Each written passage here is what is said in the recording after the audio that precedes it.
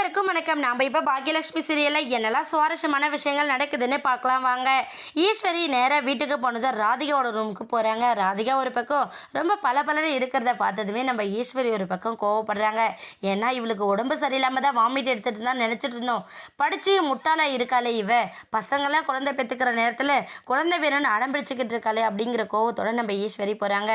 ராதிகா நான் ஒன்று சொல்கிறேன் நீ கேப்பியா அப்படின்னு சொல்லிட்டு நம்ம ஈஸ்வரி சொல்ல உடனே ராதிகாவும் சொல்லுங்க அத்தை அப்படின்னு சொல்கிறாங்க. எனக்கு எல்லா விஷயமும் தெரியும், கோபி எல்லாத்தையும் சொல்லிட்டான். ஆனால் இந்த குழந்தை இப்போதைக்கு உங்களுக்கு தேவையில்ல, வேணாம்மா இதை கலைச்சிரு அப்படின்னு சொல்லிட்டு நம்ம ஈஸ்வரி சொல்கிறாங்க. இதை கேட்டதுமே நம்ம ராதிகாவோட தலையில் இடியே விழுந்த அளவுக்கு ஃபீல் பண்ண ஆரம்பிச்சிடுறாங்க. அத்தை என்ன வார்த்தை சொல்லிக்கிட்டு இருக்கீங்க? எனக்கும் கோபிக்கும் அடையாளமாக இருக்கிறதே இந்த குழந்தை தான். இதை வேண்டான்னு சொல்ல உங்களுக்கு என்ன உரிமை இருக்குது? குழந்தை வேணுமா வேணாமான்னு முடிவெடுக்க வேண்டியது நாங்கள் தான்.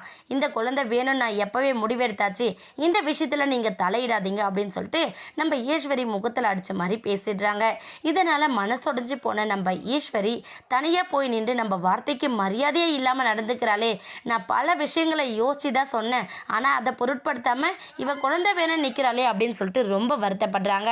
ஒரு பக்கம் நம்ம பாக்கியா இந்த விஷயம் அத்தைக்கு தெரிஞ்சிருச்சோ, இதனால ஏதாச்சும் பிரச்சனையோ அப்படிங்கிற மாதிரி நம்ம போய் ஈஸ்வரி கிட்ட பேசுறாங்க. அத்தை என்னாச்சு அத்தை, என்ன பிரச்சனை?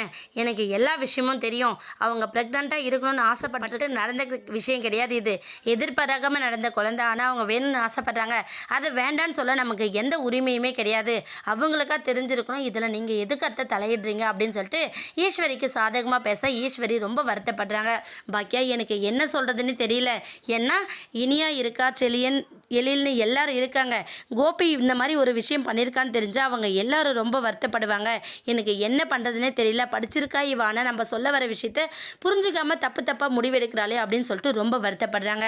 சரிங்க அத்தை, இதுக்கப்புறம் நீங்கள் அவங்க விஷயத்தில் தலையே இடாதீங்க அப்படின்னு சொல்லிட்டு நம்ம பாக்கியாவும் ஒரு பக்கம் சொல்லிட்டு அங்கேருந்து ஈஸ்வரியை கூட்டிகிட்டு போயிடுறாங்க. கண்டிப்பாக இதுக்கப்புறம் நம்ம ராதிகை இந்த விஷயத்தை பற்றி அனலைஸ் பண்ணுறது மட்டும் இல்லாமல் இந்த குழந்தை வேண்டாம் அப்படிங்கிற முடிவு எடுத்தாங்கன்னா ரொம்பவே சுவாரஸ்யமாக இருக்கும். வெயிட் பண்ணி பார்க்கலாம். இந்த வீடியோ உங்களுக்கு பிடிச்சிருந்தா மறக்காமல் நம்ம சேனலை சப்ஸ்கிரைப் பண்ணுங்கள். தேங்க்யூ.